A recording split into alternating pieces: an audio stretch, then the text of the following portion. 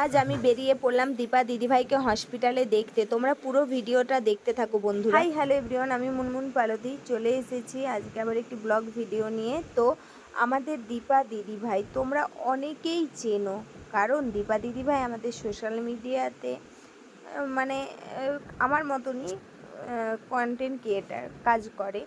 তো সেই সূত্রেই আমার সাথে আলাপ। খুব খুব ভালো মনের মানুষ। তোমরা অনেকেই চেনো বা আবার অনেকেই চেনো না। তো দীপা দিদিভাইয়ের খুব শরীর খারাপ, হসপিটালে ভর্তি আছে। শরীর খারাপ বলতে অপারেশন হয়েছে।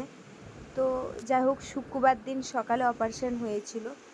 আর আমি এটা দীপা দিদিভাইকে দেখতে চলে গিয়েছিলাম শনিবার দিন বিকেল ঠিক না, তখন ওই দুপুর 3টে সাড়ে 3টে বাজে। তো আমি আমার হাজব্যান্ডের সাথে বেরিয়েছিলাম। আমার হাজব্যান্ড আমাকে রেলগেট পর্যন্ত ছেড়ে দিয়েছিল। ওখান থেকে আমি টোটো ধরে হসপিটালের উদ্দেশ্যে বেরিয়ে পড়লাম।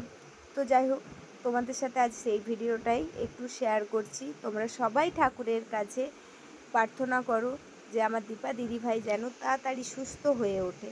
অনেক বড় অপারেশন হয়েছে আর খুব মনের জোর, এত মনের জোর আমার দীপা দিদিভাইয়ের কি বলবো, মানে বোঝাই যাচ্ছে না দেখে। সত্যি ঠাকুর যেন খুব তাড়াতাড়ি আমার দীপা দিদিভাইকে ভালো করে দেয়।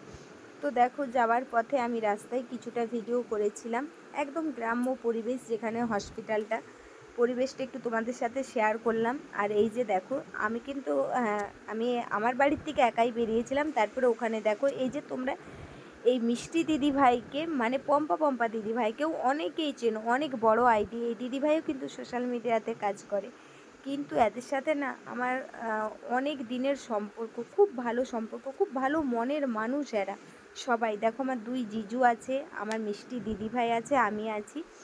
আর এই যে আমরা কিন্তু হসপিটালে পৌঁছে গেছি। তো এখানে অপেক্ষা করছিলাম যে দীপা দিদিভাইয়ের সাথে আমরা কখন দেখা করতে পারবো।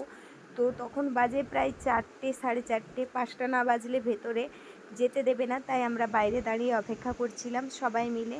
আমার মিষ্টি দিদিভাই মানে পম্পা দিদিভাই আর 2 জিজু আর আমি। তোমরা অনেকেই চেনো এদেরকেও, আমার মিষ্টি দিদিভাই আর আমার জিজু।